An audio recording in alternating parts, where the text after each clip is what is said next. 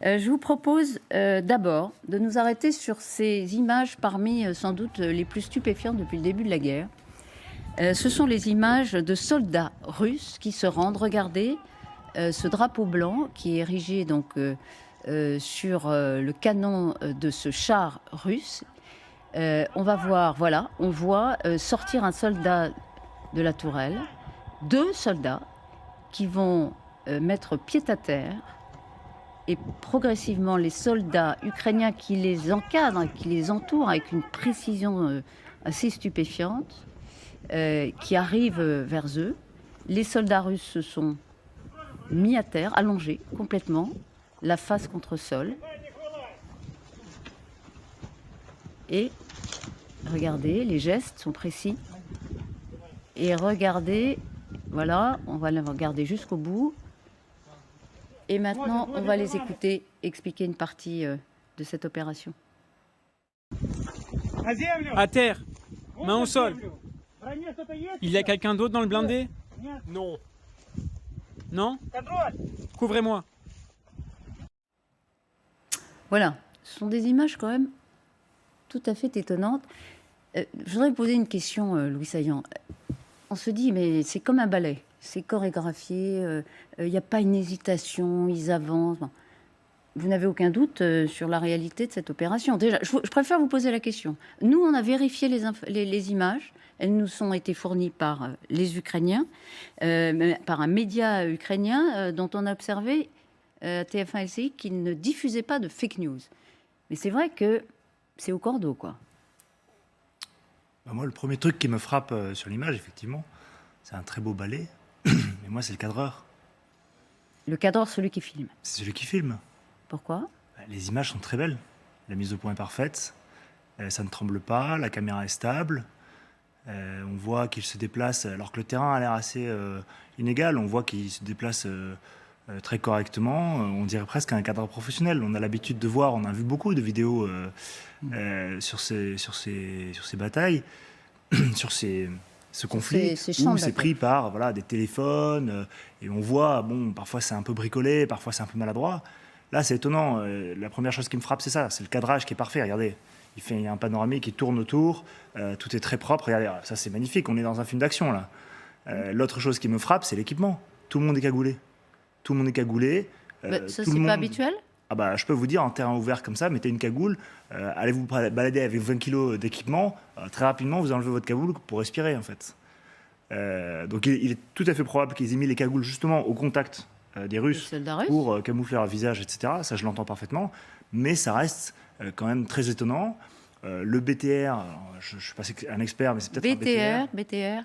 C'est le véhicule de transport russe ou un obusier. Je ne suis pas expert dans ces véhicules-là, donc je ne vais pas me prononcer. Mais c'est intéressant. Il s'arrête au milieu du champ. Il est arrêté par des fantassins au milieu du champ. Il n'y a pas de dispositif d'arrêt, il n'y a rien. Est-ce qu'il a été appelé? Il arrive pile poil à l'endroit où il y a ces hommes qui se déploient magnifiquement autour avec le cadreur. Bon. Conclusion, parce que là, vous nous donnez des éléments qui laissent penser que c'est trop beau pour être vrai. Est-ce que c'est trop beau pour être vrai? Moi, je suis là pour analyser et je veux juste soulever ces éléments-là. Le fait que, voilà, avoir des belles images comme ça avec tout le monde parfaitement équipé, tout le monde a tout ce qu'il faut, alors qu'on sait très bien que de part et d'autre, les Russes comme les Ukrainiens, il y a parfois des défauts de matériel.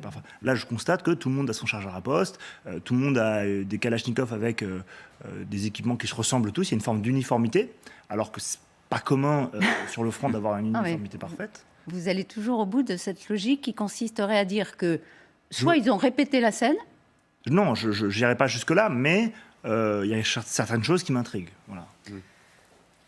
Pas de conclusion non plus, mais peut-être une hypothèse, c'est qu'en effet, cet engin blindé s'est rendu, mais dans des conditions un peu plus dramatiques que ce qu'on voit là à l'écran, et puis on leur a fait rejouer la scène.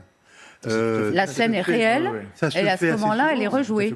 C'est tout à fait possible. Les films que l'on voit sur la réédition de Dien Bien Phu sont des images qui ont été retournées par un metteur en scène russe qui a fait remettre en scène la réédition de Dien Bien Phu. Et cela dit, la réédition, elle a bien eu lieu. Elle a été refilmée dans des conditions visibles et exportables. Pareil pour le drapeau sur Berlin. Bien sûr, absolument. C'est la fameuse photo des Russes, la scène du drapeau drapeau, Ouais. elle a eu lieu 2 fois, parce que la première fois, ça n'a pas marché. Bon, et ben ça n'enlève rien à la réalité Et ça de la n'enlève rien scène. à l'histoire. Bogdana, vous entendez ça? Vous êtes ukrainienne? Vous vous dites quoi? C'est évident que là, devant nous, ce sont des forces spéciales, ce ne sont pas les soldats ordinaires, et nous le savons très très bien. Ce sont des forces spéciales qui sont très très bien équipées, et comme vous pouvez voir de la manière dont ils se déplacent et la précision avec laquelle ils sont en train de descendre, et ils sont en train de courir l'un et l'autre derrière, il s'agit des forces spéciales, ça c'est une chose. Ensuite, Kirill Boudanov, qui est le chef des renseignements, a indiqué qu'il y avait à peu près 2000 personnes parmi des Russes qui se sont rendus suite à Combien, cette 2000. 2000, c'est pour le moment. qu'on a donné. Bon, c'est un Et chiffre ukrainien. c'est un chiffre, oui, peut-être il y en a plus, peut-être il y en a moins, mais en tout cas, il s'agit quand même que la campagne de sensibilisation des Russes qui ont été mobilisés récemment a fonctionné, qu'ils appellent en fait, et pour le diffuser. Peut-être ce sont des images justement pour montrer comment en fait se rendre. Oui, un mode d'emploi aussi, mais en tout cas, il s'agit des forces spéciales qui travaillent. Moi, j'ai vu sur le Ce sont des forces spéciales qui travaillent de cette manière-là habituellement, oui, et qui s'entraînent pour le faire. Et qui sont hyper équipés.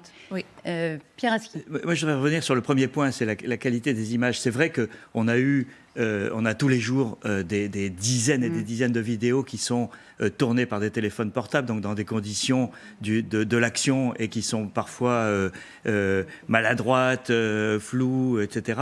Là, on a des images de qualité.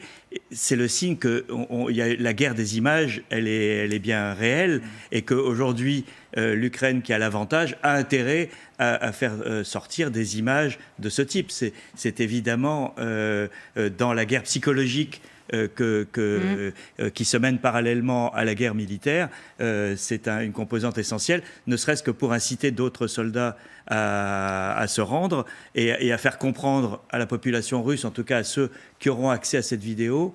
Et visiblement, la population russe est mieux informée qu'on ne le croyait il y a quelques semaines, la réalité de ce qui se passe sur le terrain, et que leurs fils ou leurs maris sont en train de vivre des scènes comme ça. Pour montrer que la procédure est absolument, comme je le disais, au cordeau. Ça se passe comme ça, dans le respect des personnes. Les prisonniers seront bien traités s'ils se rendent. Ce qui est un élément très important dans la guerre psychologique, c'est de dire venez chez nous, vous serez bien traités, vous aurez une douche chaude, un repas chaud.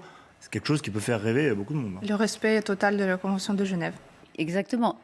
Et encore un mot, quel effet ça va produire sur cette population russe qui, comme le disait Pierre Aski, va forcément avoir accès à ces images? L'effet, il est destiné aux soldats, effectivement, pour leur indiquer qu'ils peuvent se rendre dans de bonnes conditions. Mais la population, c'est humiliant quand même. C'est humiliant pour les Russes. En civil, je ne suis pas sûr qu'elle ait directement accès à ces images. Mais enfin, c'est destiné d'abord aux soldats russes pour en effet les inciter à se rendre dans des bonnes conditions. Mais si la population russe le voit, c'est forcément très humiliant comme image. La population russe, dans sa grande majorité, les verra à travers un prisme déformant, qui est son prisme idéologique dans lequel la propagande l'a enfermé. Et je ne suis pas sûr que ça a un effet particulier sur la grande masse de la population russe. Alors c'est différent, bien entendu, pour les gens éduqués des grandes villes russes qui n'aiment pas cette guerre. Mais au bout du compte, il y en a finalement assez peu. Alors, ça aura